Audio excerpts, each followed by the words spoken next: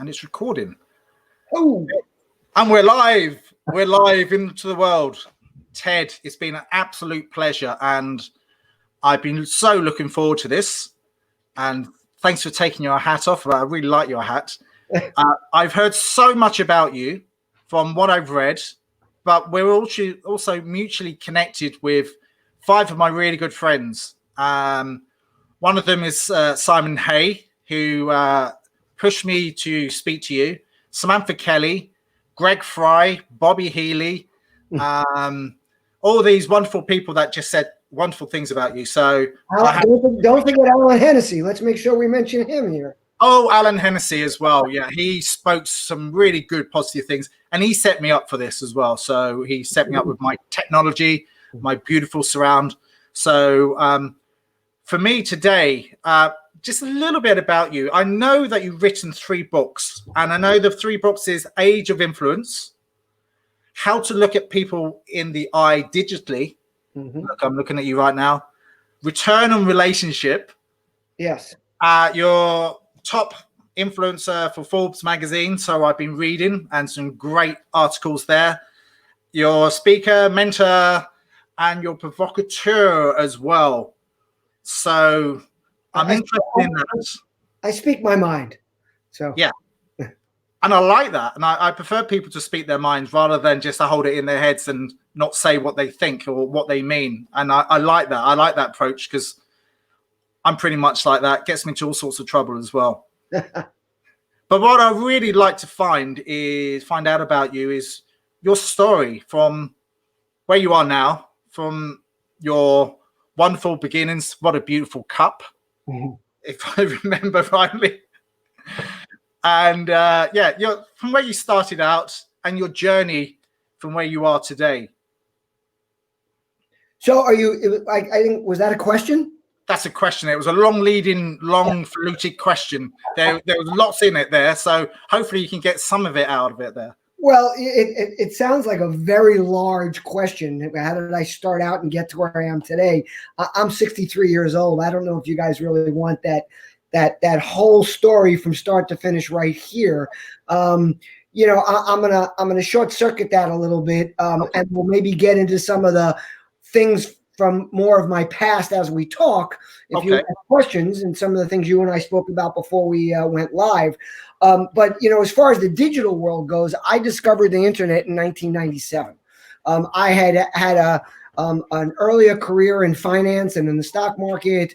I had left that, had helped build some sales forces for a few companies, but I was bored and I was looking for something new. I wanted something that was really happening. And somebody introduced me to the internet in 1997. I got my first computer that had access to the internet. I got online, and I very quickly realized this was someplace I wanted to be. I was not happy with what I was doing. I had started a family. When I did start my family, I was in between some businesses, so I was looking for something new, and it just got to the point where I needed a job. So I started training sales forces and working in some industries that I didn't necessarily love. And it was more of a stopgap for me. Yeah. I'm a believer that, you do what you have to do. I these days I hear too many people preaching, only do what you love and only pursue things that come from your heart. And what about paying the freaking bills? Yeah, great. And especially if you have a family. I mean, it's one thing if you're on your own and you want to sleep on a friend's couch or you want to get by because you're waiting for the right opportunity. But even with that, look, I go back and forth a little bit here, but I was brought up with a grandfather who survived the Holocaust and escaped from Poland. Wow. Grew up with a father who grew up Depression era, whose father passed away at a young age, and he was the oldest of 3 brothers. And they always taught me that you do what you got to do. You never want to not be earning. You always have to be doing something, even if it means taking something that takes you 5 steps back. I went from earning 7 figures to working in my friend's restaurant because I didn't have anything else to do at the time, and it was better than sitting at home. It kept me productive. It kept me meeting people. And even though it wasn't the kind of money I was used to, it earned me money. So yeah, exactly. Right. So I was doing something I didn't really love because of necessity. But what I was doing, which I do believe in preaching to people, is while you're doing something you have to do, be looking for something or be creating something on the side that you love to do. Even if you have to do what you have to do permanently or long term, you can still find time to do things that you love and help you express your passion. So I was looking for something new. I discovered the internet and I immediately said, this is going to be big and this is something I want to be involved in. So I came home every night after work, spent time with my young children. My family went to bed and I would stay up online looking for opportunities. And I happened upon an article that was an interview of Seth Godin. Oh, yes. Who had at the time was not really the Seth Godin we all know. He was a wonderkind as a brand manager in the gaming space. He worked for Atari at a very young age, but he had started this business called Yo-Yo-Dine, which was the first online direct marketing company. And in this article, not only was it interesting the way he was talking about the future and the way we're going to connect with people and how we're going to engage with people. Remember, this is before social platforms. This was just email and the web and finding websites. This is back when most very slow at that point, if I remember rightly. It's all dial-up. It was dial-up. This is when e-commerce was not much more than putting a catalog online, and online media was just taking newspapers and magazines and even not even putting them online in a proper format. But he was talking about where he saw it going, and it just struck a chord with me. And I said, wow, like I want to work for this guy. And fortunately, at the end of the article that I read, the interviewer said, so, what you're doing sounds really amazing. Do you have any job openings? And Seth's answer was, I don't have any specific job openings right now, but the way I build my business is I hire smart people. And so I'm always on the market. I can always find a place for someone who I think is really smart. He said, and I need people that can sell anything because we're trying to sell something that no one's ever sold before. So I was up till 3 a.m. because I immediately, was typing, yes, and printing out a letter of introduction and my resume. And I basically said, I'm smart and I can sell anything. And I sent it out. And I remember my wife at the time, who was my ex and the mother of my children, who would always give me a hard time about reaching out for things she thought were unattainable. Yeah. Why are you writing and sending a resume to somebody that said he has no job openings? I'm like, because he said he wanted smart people. She's like, you're not that smart. Lovely. Well, you know what? I'll bluff my way through it, but I can definitely sell anything. And I had been selling my whole life since I got out of college. Even as a young child, I always had businesses and I always sold things. And lo and behold, 2 weeks later, I get a call on my cell phone from my wife saying, "Oh my God, they called." And this is when you didn't carry your cell phones with you. There was just something in the car, and I called them back, and I flew up to New York for an interview. And I don't want to go into the whole story of how I met Seth because we don't have that much time on this thing, but he was there. I met him and we struck a deal, and I moved my family back to New York, which is where I was originally from, as was my ex. And I went to work for Yo-Yo-Dine, and I got this early introduction into online when everything was at its most nascent stages.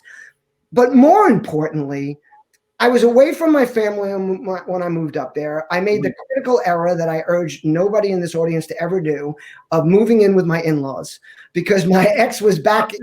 I've been there. I know what that's like. And I couldn't afford another place. Yeah. So, of course, they're like, oh, you can stay at our place. And, they're like, I don't know if you watch Seinfeld, but they're like the Costanzas. All they do is yell at each other.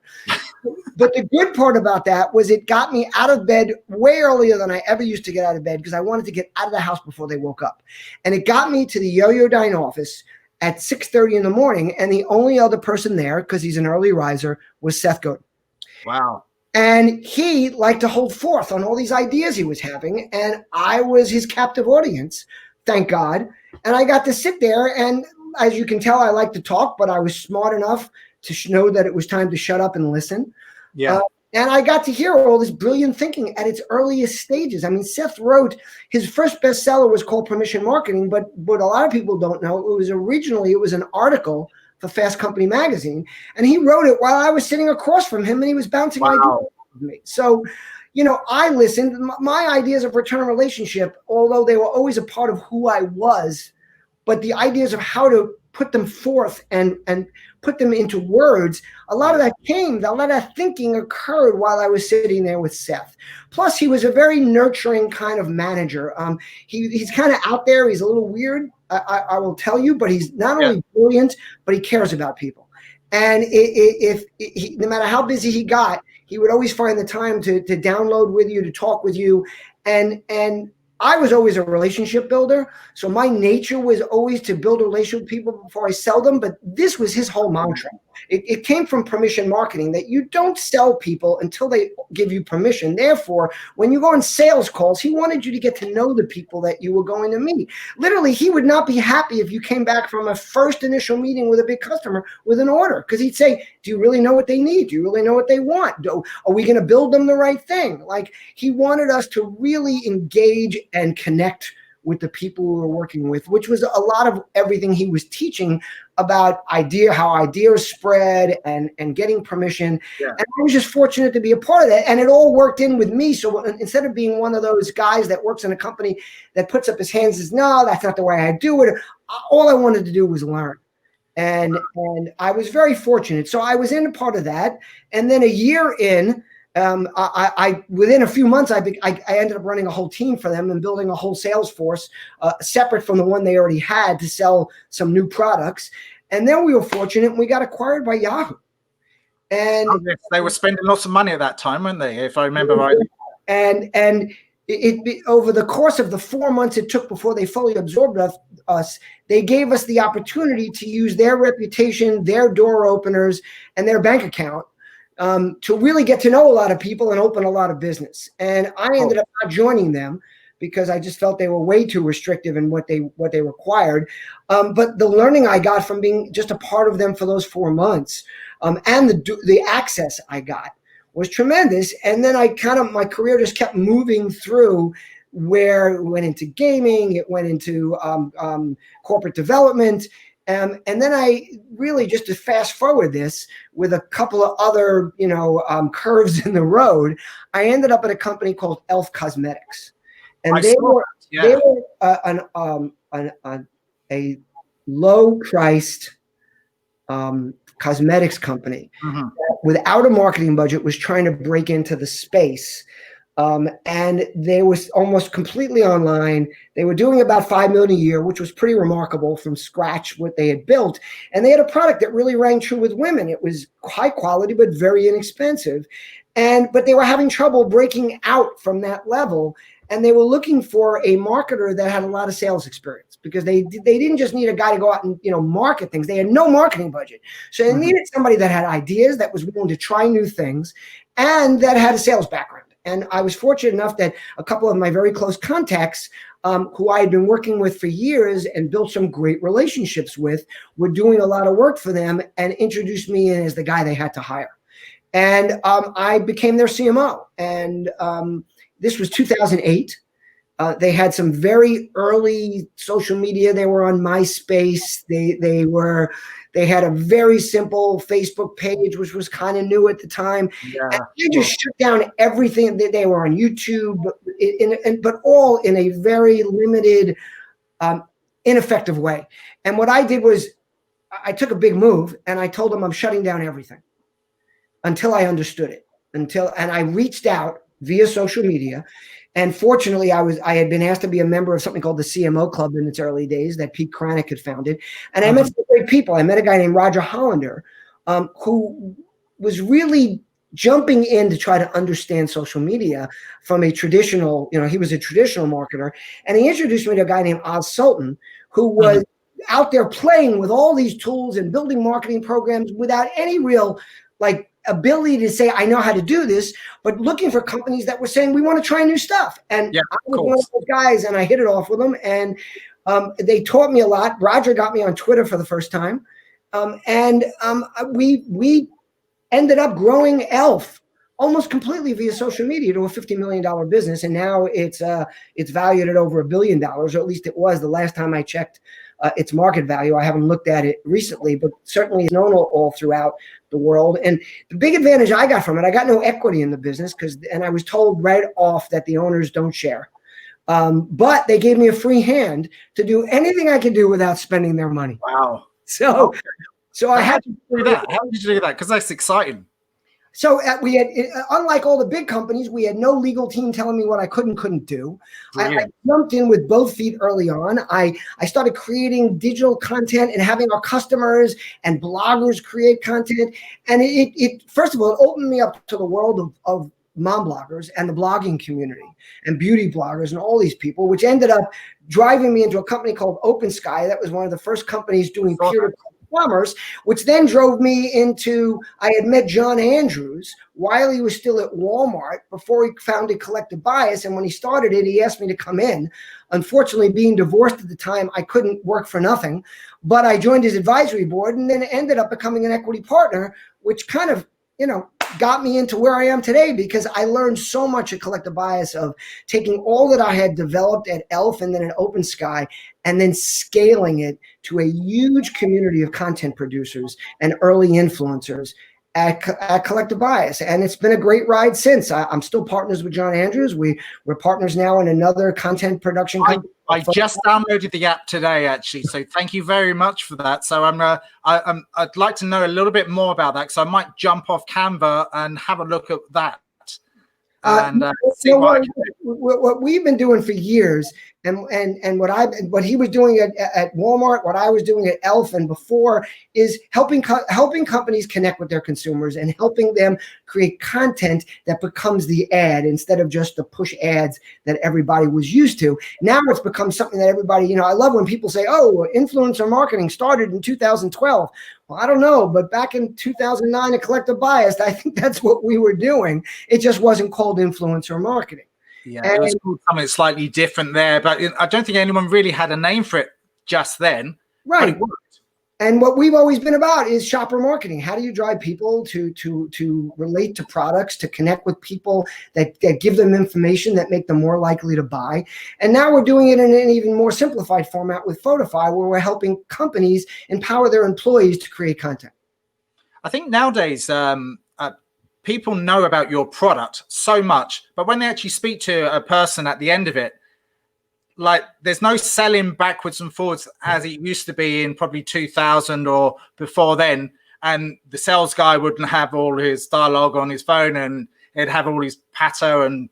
But now they speak to someone, they know exactly what they want. They know exactly the shape, color, size, and everything else. So the relationship, and it's all to do with you and I, that connectivity. And I'm big on that. And I love what you do, because it resonates with me so much. So tell me a little bit more about your relationship and how you did that. And I'm also quite interested. Again, I'm giving you quite a big question here. I'm also interested in the learnings that you took from place to place to place. Like Seth, you must have learned a huge amount. So I'm fascinated with that. And that wasn't on my script of questions to ask, but I'm going to throw it out there because I'm fascinated with that. Well, we all have the ability to learn wherever we go. It's really more a matter of opening your mind to accepting what's going on around you. Experience is learning. Anything you do, as long as, like they say, what is it? I'm going to leave out the what are they? I hate to say this on your podcast, but fuck me once, shame on you. Fuck me twice, shame on me. Yeah, so yeah. It's the kind of thing, like, if you don't learn from your experiences, then you're I won't say wasting your experiences, because you still had them. I don't want to go that far, but you're not getting as much out of them as you could have if you sit back. And I don't mean analyze to every detail everything you're doing, but sit back, take a breath. I mean, I do this almost after every post. I post something and then I look and see how people react, and I post it a little bit differently. Sometimes you'll see in my Twitter feed, and sometimes I delete, I remove them, or I do them separated. But sometimes you'll see 3 of the same tweet in a row, slightly different. I've been testing. Exactly. One will have one hashtag. One will have a little different wording. One might add a photo. And I constantly do those things just to see how people are reacting to them. Does it make a difference? Am I getting more engagement or less in one way or another? But you also have to keep in mind, maybe it's the time of day. Maybe it's just the moment you sent it. But again, it's all learning that you bring it. Excuse me. So I've been very fortunate that I've been around a lot of different businesses where I've gotten a lot of learning accomplished. And, I think we're still learning. John and I are in Photify, and, we talk every day, and we bob and weave and change direction constantly, trying to figure out where obviously we get a main goal, but then around that, we try different things, to see how they're working or see how people like them. We also, what I've learned, and don't get me wrong, I'm 63. It took me years and years to learn this, but I try very hard to listen. And 2 ears, 1 mouth, as they say. Yeah. But you can even listen while you're talking. Well, I'm talking now, but I'm looking at the way you're responding. I'm looking at the way you're reacting. When I speak, and I before COVID, I did a lot of keynotes in front of audiences where I could see people. Part of what I did would always shift with how I saw the audience reacting. I do this in conversation. If I'm talking to somebody, and again, it depends on my goals. If my goal is to entertain people, and I'm in a short conversation with 5 people around me, then I'm looking for people to be laughing or smiling or nodding their heads. If I'm looking to impart knowledge, then I'm looking to see if people are, how someone looks at you seriously when they're really listening. They're concentrating on you, right? Or they're trying to hear better. Or I'm also paying attention. Are they hearing me? Maybe it's very loud in this room and I'm not speaking loud enough. Or maybe they're shying away because I'm speaking too loudly. So I try to constantly learn while I'm doing things. Now, here's something that people have to understand. Just because someone's listening and learning doesn't mean that they're necessarily doing what you're telling them to do, or that they're changing because you want them to change. Like some people say, well, you're not listening. I told you the way I like it, and you're not doing it that way.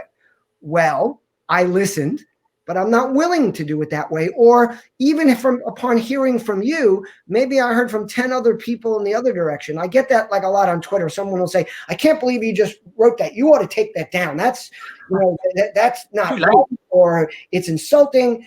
And I'll listen. I'll go, I really appreciate your input. And then I'll get a response back a few minutes later. Well, you didn't change it or you didn't correct it. I'm like, well, I got a lot of other feedback from people that told me they thought that it was right on target or they appreciated it, or it was a little insulting, but it got through and it made my point.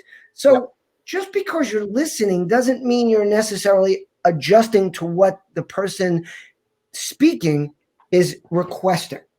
But then again, listening also has to do with opening your mind to allowing your mind to be changed. And what I tell people a lot, and I've tried to teach this to my daughters mostly, is that change doesn't happen immediately. Absolutely. So if you, like I'd say to my daughters, if you ask me if you can go to a party and I say no, give me a little time to let it settle in, because if you jump all over me and keep demanding that you go, my resistance is going to get firmer with every additional angry request, or even not an angry request. But if you let me settle on it and give me a little time, there's a good bet I might come back and say, well, listen, as long as you're home by 10 o'clock, or I want you to have your cell phone so I can be in touch with you. And the same thing that happens in business here all the time. You might reach out to me on Twitter and say, hey, Ted, I saw what you posted, and I think you might want to rethink that because of whatever. And I might come right back and say, Jason, I don't think so. I think I'm good. But I guarantee you it will weigh on me and I will think about it. Absolutely. And there's a fair amount of time where I will jump back in and make that change, or say, maybe write another, it could be on Facebook where it's a feed, or on Twitter. I might come in and go, I got some feedback from, again, depending on whether I felt you wanted to be mentioned or not. I got a feedback from a friend or from my friend Jason. And, I think I'm revising that a little bit. Maybe I was a little bit harsh, or, and then I also do things like I said myself. So one time, like here's a perfect example. I'm flying on a Delta flight a few years ago, and I was getting up from my seat, and I was seeing just a lot of people, and I was hearing a lot of people complaining about, oh my God, I got my weight, and I'm so overweight, and I got to take care of myself. And then I'm sitting on the plane, and I'm watching all these people chowing down on Coca-Cola and Doritos. I know exactly where you're going with this, because and half of them are enormous. Yep, they are. And by the way, one of them was even talking about how I'm on this diet and I'm doing my best, but when I fly, I let myself go. And my first tweet was probably, And by the way, I usually do these things on Twitter first because I can adjust them very quickly. Twitter's like a river; it flows so fast that even though your tweet doesn't go away, it's not immediately visible to people the way a Facebook post is. Yeah, so when I'm writing something that might be somewhat controversial, I tend to put it on Twitter first, or even a new idea, because I can get feedback as I develop the idea before I put it someplace a little more static, like Facebook. Great idea.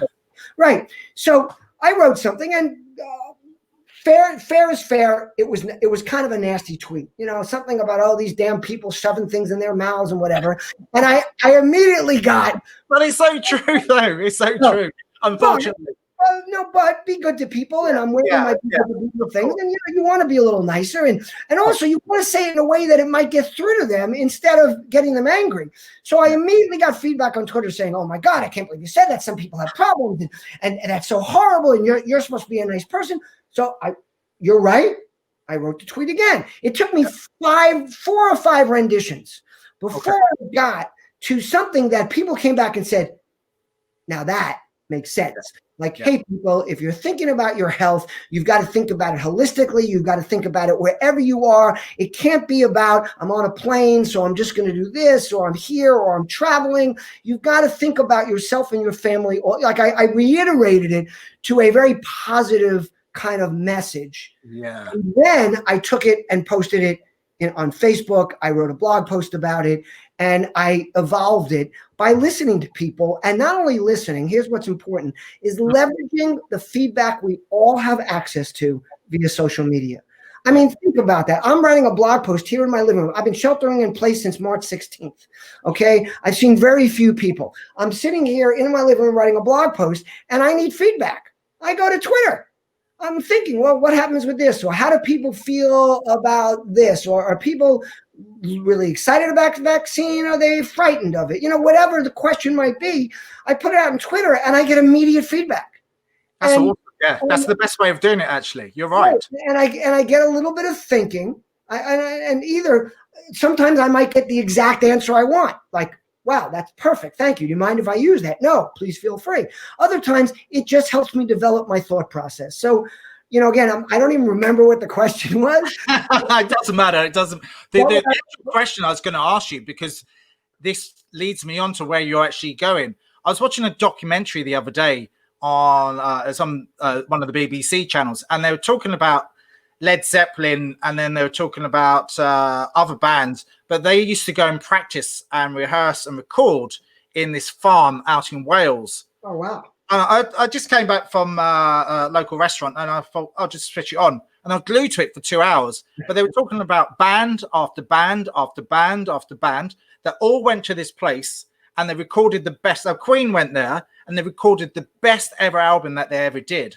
And it was only due to this place that they went to, which was a farm. They converted it into a studio, and it was just a local pub, which was like 4 or 5 miles away. And they used to do all sorts. So you can imagine what these sort of bands used to do, or Oasis, and there was lots of other bands. But they were saying they wouldn't have done this without the space and the creative space that they had. Right. So the question is for you, what's your creative space and how do you use it? So in some ways I'm lucky. My creative space is just what goes on around me and what's in my head. My favorite creative space is the beach. Okay. The place where I go, where my head clears and thoughts come to me, is the beach. And, I get pushback all the time from people that go, you're on the beach. Why are you so busy on social media? Because when I think of something, I share it. And I do that for 2 reasons. First of all, it's how I take my notes. So instead of going, let's say, opening up, your notepad or opening up an email or anywhere where you can write down and I could save my thoughts there. I feel I get the extra advantage of posting them, and then I get immediate feedback. So if I'm sitting on the beach and I come up with 10 one-liners or 10 ideas or even 10 things off of the same thought process, and I put them all out there, by the time I leave the beach, I've got a wealth of feedback, of comments or replies, or one got 20 likes and one got 0, or different kinds of things. Oh my God, that hit a chord. Maybe that's something I want to do a little bit more with. I mean, it's so for me, it happens everywhere. Another great place for me is when I take road trips with my business partner, John Andrews. So John loves to drive, and I love to sit in the car. We don't even know where we're going. We put something on the map. We drive for a few days. And then we find then we'll go online. We'll find some remote Airbnb or something, or we'll just say, hey, we're going to go to Nashville, and we'll put online, we're going to be in Nashville tonight. We're going to this restaurant. If you want to meet for a drink, anybody's free to join us. And sometimes we get 20 people, sometimes we get one, sometimes we get none. But it's just a great creative process. We sit in the car, we bounce things off of each other. Yeah. John's always on the phone, so he'll be calling people and talking. I'll be hearing what he's saying. I'll be on my laptop and I'll hear him say something. I go, oh man, I like that. He goes, use it, and I'll put it out, and then he'll get off and we'll start talking about it. And I got to tell you, a lot of our ideas, a lot of things we've done at Photify, we built a company called Prevailing Path after Collective Bias, before Photify, that we rolled into Photify, that was about mapping the path to purchase and understanding how people make their decisions. Yeah. And a lot of the content we're created around that. We're writing a book called Retail Relevancy, and I have to tell you, it's been delayed and delayed and delayed, just because we keep rolling things off each other, and then we put off finishing the next chapter. and now we're back again saying we got to get this damn thing done. It's a good time. People are actually at home and they're reading. I mean, I'm reading more than ever. So creative spaces for me vary. I like being alone on the beach. It's very funny. Very often, women I know or friends or whatever, they'll say to me, "Hey, Ted, can I come to the beach with you?" I go, "Sure, as long as you don't talk." And they're like, "What do you mean?" I go, "I don't mean you can't talk, but you can't. You can't. Don't expect me to entertain you, because when I go to the beach, it's a time where I read a book, and even when I'll read 5 pages and I'll see something in the book, it'll make me think of something. I'll put it down. I'll pick up my phone. I'll tweet out or write something or engage something or make an Instagram post, and then I save all this stuff. So I've got thousands of images and with text and with memes and then just images themselves that I use and reuse and repurpose all the time. So, I have more, literally what's been one of the good things about being at home with COVID is I finally caught up on all my LinkedIn requests, all my Facebook requests. I don't do those without looking at each single one. And I had hundreds. I had an email inbox that still had 800 emails in it. I mean, I had looked at all of them, but they were saved for one reason or another. I am down to one. Now I'm obsessed. Anything comes in, I need to do it, answer it, move it to a file, and clear out my desktop on my Gmail. So that's kind of how I process. It's a when people say they have trouble creating content, I'm like, oh my God, I have so much content. I probably have 3 years of content still waiting to be posted that I think right now I have 20 blog posts or maybe more in the queue on my blog that have not been posted yet. I heard there's you say going to the beach, there's a direct correlation between us as humans and water. Yes. And it's something that my mum always told me, said, when you're near the water, there's something, because we're, 80% water or whatever it might be, that there's something almost spiritual going on. And especially when you're on a beach or near water, or you got the wind blowing in your face. I live on a canal. My boat is 50 feet from where we're sitting right now. So I've got a small little boat, but I live on a canal. And I got to tell you, I sit on the canal more than I use the boat. Just because I go out there, I sit down, like you said, just a little canal water, and listening to the boat kind of move, because boats go by on the intercoastal and the wakes make them move. And what I also started doing is right now the boat's covered because it's been raining every single day for the last 2 weeks. It's like that a lot this time of year in South Florida. But when I leave the boat open, I'll go down, I'll lay on the back bench on the boat, just because it kind of floats and you kind of feel the water, and it's just a great inspirational kind of spot for me. So Ted, tell me where your future is now. If you had a crystal ball, maybe let's not go to a crystal ball, but where do you think your future is lying in front of you? What do you think you're going to be up to? I don't know. Clearly, we're all living through a challenging time. Of course, and one of the conversations I had with an old friend today from who I grew up with was, what if this lasts 4 or 5 years? I mean, look, there is that possibility. There's never been a vaccine created in under 4 years. So they're all talking about it, but we don't really know. And, my response was, we'll learn to deal with it. Like, it could be worse. I mean, unless, of course, the damn thing changes and it gets much more deadly. But, at this point, we kind of know that if we shelter in place, if we wear masks, if we keep our distance from people, we're going to be okay. Yeah, agreed. And that's just, truth be told, it's not so bad. Now, I understand there are people suffering financially, but the point I'm making is if we can figure it out and people can figure out how to earn a living, and those of us who have can help those of us who don't, which, amazes me that there aren't more people, that the government's not doing more of that. Instead of helping these big companies, making sure there are food banks that everybody's eating and everybody has shelter. But again, hopefully that there's not catastrophe. So that's changed my thinking a little bit. I'm not really sure. So let's all assume that within the next year or so, I think we're going to have a new normal. It's not going to be back to what it was. Yeah. But let's say we get back to the point where we can travel, we can hang out with friends, and we've probably learned to wash our hands a lot more, be careful about what we do and how we're around people when we're not feeling right. I guess the future for me is, look, I'm working really hard on Photify right now. My business partner, John, is heads down. Our goal is to grow this and sell it, and maybe move to Costa Rica. I don't know. John and I keep talking about John's learned how to sail. He's got a 45-foot catamaran. We travel more. Look, one of my goals, which I was moving towards now. I do not speak now unless I get paid as far as keynotes and at events. But what I was talking about is, what about in a few years when I'm done and I don't care about hurting my prospects for earning, and I just let the world know that I'll speak for free. All you have to do is pay for my travel. Yeah. One of my best buddies who was living here with me for the first 4 months of COVID is a digital nomad. He runs a multi-million-dollar business from his phone. And he lives all over the world. People who know me know that I was in Thailand for about a month in December of 2018. That was visiting him. He lived there for a year. He lived in Australia for a few months. He's been all over Eastern Europe. He's been, just about everywhere. And right now he's here because of what's going on. And he left me and he's with his son in Tallahassee right now. But, we love traveling together. And we've learned that we live together well. So we were supposed to spend the whole month of June in Greece.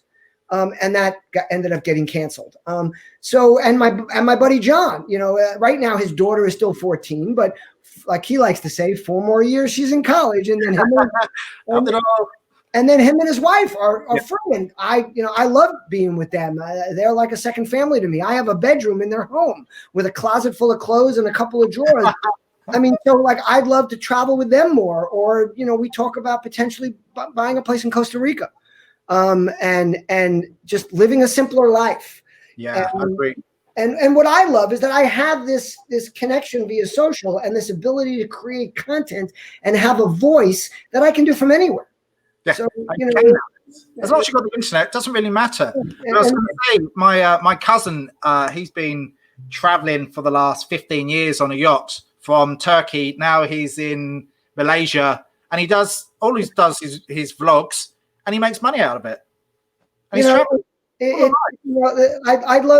I'm a home-based person. Like, so my buddy Steve has no home, and he lives out of like a 2 suitcases. I can't do that, but that's okay. I'll keep my home, and that's one of the reasons I live in a 2-bedroom apartment. And people keep saying, why don't you move to a house? I'm like, because this is very easy to maintain. And I'm buying additional apartments in this building and making them into guest rooms and into places I can rent and things like that. But that also gives me the ability any time to pick up and say, I'm out for a while. Yeah. And the other thing is, anybody who knows me knows I've had a very challenging relationship with my daughters because of situation with my divorce and everything. And another goal I have, but it's a hands-off goal. I'm trying to. I characterize myself as this dad won't quit, and I've always been there, and I've always stayed present. But I'm doing something which I'm called transitioning to the dad who will always love. Because they're older now. So this dad won't quit. I need to back off a little bit on that and give them, well, I've always given them their space. I've had no choice, but even more so, just know that they're always going to be in here and in here, and I will always have my feelings and my memories, and I'm just doing what I can to not just lower my expectations, but in line with that, open up a world that'll make it easier for them to come back one day. And they will do, and absolutely they will do, and I totally believe that. And I have a wonderful woman I'm working with who's helping me along with this journey and this process of learning how to exist on my own with them in that spot, and then doing what I can to make it as easy as possible for one day in the future for that relationship to be reignited. So that's another, goal of mine, but it's a goal that I've learned I can't chase. I need to create the atmosphere where it can happen.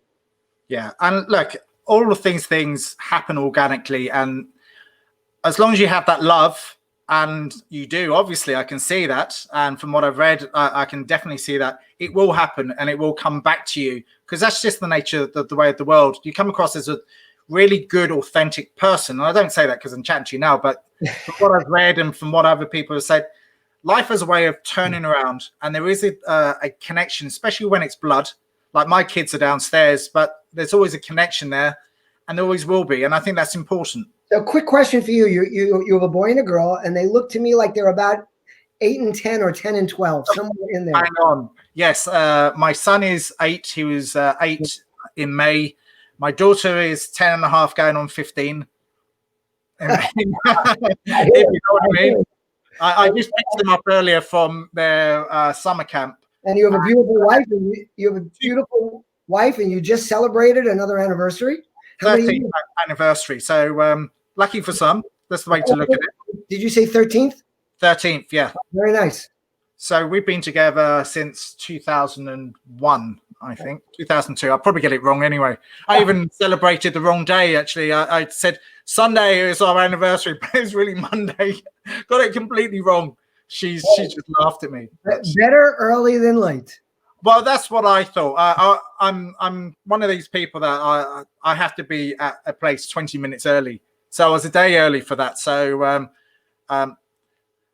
she laughed about it. I thought that was a little bit fun. But Ted, tell me this. For yourself and your experience and your knowledge and everything that you've got along the way, what would you say to that 23-year-old guy like you and I, to sort of poke them, say, look, guys, get back on track. This is what I can give you from what I've learned. Take it or leave it. This is my biggest regret is giving up on things too soon. Is not being willing to keep driving through, or is to letting failure get me down. Fortunately, it's never gotten me down in the long term, but it's allowed me to step away from things sooner than maybe I should have. And that goes for business, personal, sports, everything takes time. It takes time. So, that's one of the things I would tell them, that one of the most beneficial things in my life has been having mentors. And what I've also learned, and this comes from me being a mentor, is don't ask someone to be your mentor. Just allow them to be. Because when you ask somebody, it puts way too much pressure on that person to think about the time they have to give you. Many of us just mentor naturally. We basically, it's like a friendship. I mean, most of my mentors were older friends. And they actually behaved like friends. They didn't just tell me what to do or talk to me or mentor me. They spent time with me. They went out with me. I got to know their families. So seek out those people. Seek out the people that can help you, and then open yourself to listening to them. Look, many of our parents can be great mentors, but it's hard for most of us to accept that kind of direction from our parents. It's just too close an emotional connection. Find other people in your life that can give that to you, and they don't have to be there forever. Sometimes a mentor can be around for a few weeks, but just basically build relationships, build community. Something that I learned about myself is I always called myself a networker. Everywhere I went, I met new people and I added them to my contacts, and I nurtured them, and they became long-term relationships. But what I learned later on is what I really am is a community builder. All my friends know each other in all different groups. I don't know if you remember when Google did Google Plus and they had the circles. But Yep. you know, that was a very smart. It didn't work as a social network, and mainly because they weren't a social company, so it was hard for them to think that way. But the concept of circles is so important because you have these different parts of your life, and I have different communities in different places, and they all overlap each other in some way. And then, of course, when they all overlap, they become that inner group who become your closest friends and allies who you know you can always count on. And for me, friendship is, I mean, family too, you know, but family, they're locked in. They're your family. My friends, they're everything. Yeah. And my family as well, but my friends are ones I really, and again, nurture your family as well. But my daughter's, my ex is something called a borderline personality, and she tends to, they never have long-term relationships. Everyone dissatisfies them and they move them along. So my daughter's always witnessed my ex or their mom, you know, who of course loves them very much and they love her, but friends came and went. And they would look at me and see like, oh my God, Daddy, you know Joe for 30 years and you know this one for 50 years. And, you know, and they would say to me, oh my God, you have so many friends. How do you have so many friends? And I looked at them very sincerely, and I've spoken and written about this. And I said, girls, I just want you to be very clear about something. It's not because I'm the greatest guy or I'm the nicest guy or that I do for them. It's because I work hard at it. The bottom line is I work hard at it. Even before social media, I had lists of friends who I would call every other week. I would send them cards. I had birthday lists before you could keep them online. And every Christmas, when you were off from work for that week, I would take last year's date book and open up this year's date book and transfer in all of the birthdays and anniversaries and birthdays of kids so I could reach out to those people and let them know that I remembered and that I cared. And this is when you do these things. And I explained it to them. I said, I work very hard. Like, you hear me. I call my friends. I invite them over. I go out of my way to see them. And sure, sometimes you're my daughters. You complain, why are we going to so-and-so's house again?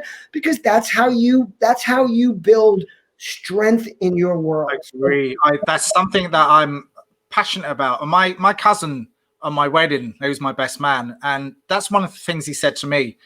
He said, you're one of the only person that I know that makes an effort and calls everyone or connects with everyone just to, if we're going out or I'm in Dublin now, I'm from sort of just outside of London, but when I go back, I connect everyone around before we can go out and connect and have a few drinks or whatever it might be. But that sort of resonates with me massively. And even the connection between you and I now, and I'd like to sort of carry this on because I think I've had a wonderful conversation with you, and there's other people that I do exactly the same with. So that's very empowering. I want to continue this a little bit more just because I want to give a little bit more because I think it's important because people very often hear what I just said and they just think about really close friends. First of all, I try very hard not to measure. And I find a lot of people do this. Well, I did all this for him. He never does anything for me. And then the friendship ends. Yep. You know, and when I grew up, each of my brothers, we got what we needed. It was never like Jeff got that, so I'm do this. Yeah. And I see people, and I experienced it in my relationship with my daughter's mom, that everything had to be equal. My sister got this. Dad, you owe me this. And my parents taught me that there's no such thing as equal. We give you each what you need, and that includes love, that includes money, that includes gifts, that includes support, whatever it happens to be. And it wasn't like, well, you know, I'm do this. And I think a lot of people take that learning they get from home and they bring it to their friendships, and they worry about and they analyze their friendships. Well, I give so much more to John than he gives to me, or I give so much more to Sue. And what I want to urge this 23-year-old young person or people that we're talking to is do for others without expectation of anything directly in return. Do it for you. I get so much pleasure out of what I do that and truth be told, it's going to come back to you. It might not come back from Jason, but other people are going to know. I like to say that a brand is what a business or a person does. A reputation is what people remember and share. And people will know when you're someone that does for other people or does for your friends, especially if you're on social media and you're posting about it and you're home and you're visiting people, and, you know, just don't measure things, do for people. And then another point is that I'd say to my girls, I have all different kinds of friends. So like, just remember, a friend isn't a friend. A friend is a friend. I have acquaintances. Yep. I have people I've met once. I still Yep. call them a friend. I have business friends. I have social friends. I have good friends. And then I have my very best, closest friends who I know will be there throughout anything for me. And it's okay to have those different areas. Everyone doesn't have to be equal to someone else and refer to them as a friendship. So expand yourself in that way and just be open to, having friends that aren't necessarily what you might qualify in your list as a good friend. Mm-hmm. I totally agree. That really resonates with me. And it'd be nice to give that as a gift to someone else and not expecting anything in return, because as you say, and something that I believe in as well, it does come around. And like, it doesn't matter whether it comes from them. It could come from someone else. It could come from someone else. I don't really care as long as I've given. Right. And it's like our mutual friend Alan. Like I suggested, I'm going to be doing this, and he said, "Oh, I've got a spare mic. You can have that." I went, "All right." I come round and pick it up, and I was there chatting for ages. Then the next time I came round, I bought a couple of bottles of wine for him. I said, just as a gift to say thank you, because I know the power of that, and I know how good I felt by that. He didn't have to do it. He didn't have to spend an hour doing that, what he did do. And I appreciate that. And I think that's reciprocal to someone else. And then on the other side of things, don't get angry at people so easily. I mean, granted, if it's something deep in your heart or something very, very important to you, but the little things, let them go. They're just unimportant. Mm-hmm. And by the way, again, there are friends you have drinks with. There are friends that you have meals with. There's friends that you just play ball with. And then there's friends that are there forever. So like, just, open your world to that is what I say to the 23-year-old. Ted, you've been absolutely wonderful. And like, I've taken so much of your time. I really, really, I say it 3 times because you say 3 times, it's more impactful. So I believe the power of 3. So I believe. So I agree with absolutely everything that you've said. And I really enjoyed it. And I said it again, 4th time. Can't say any more times. How can people find you? What's the best way to connect with you? I know you're everywhere, but how do people connect with you? First of all, I'm happy to get my phone number is 516-270-5511. I actually answer my phone, and my voicemail is not full, just to keep you from leaving a message. My email address is tedrubin@gmail.com. I'm Ted Rubin just about everywhere on social media, so you can find me there, TEDRUBIN. And I want to leave you guys with 2 last thoughts. One of them is that relationships are like muscle tissue. The more you engage them, the stronger and more valuable they become.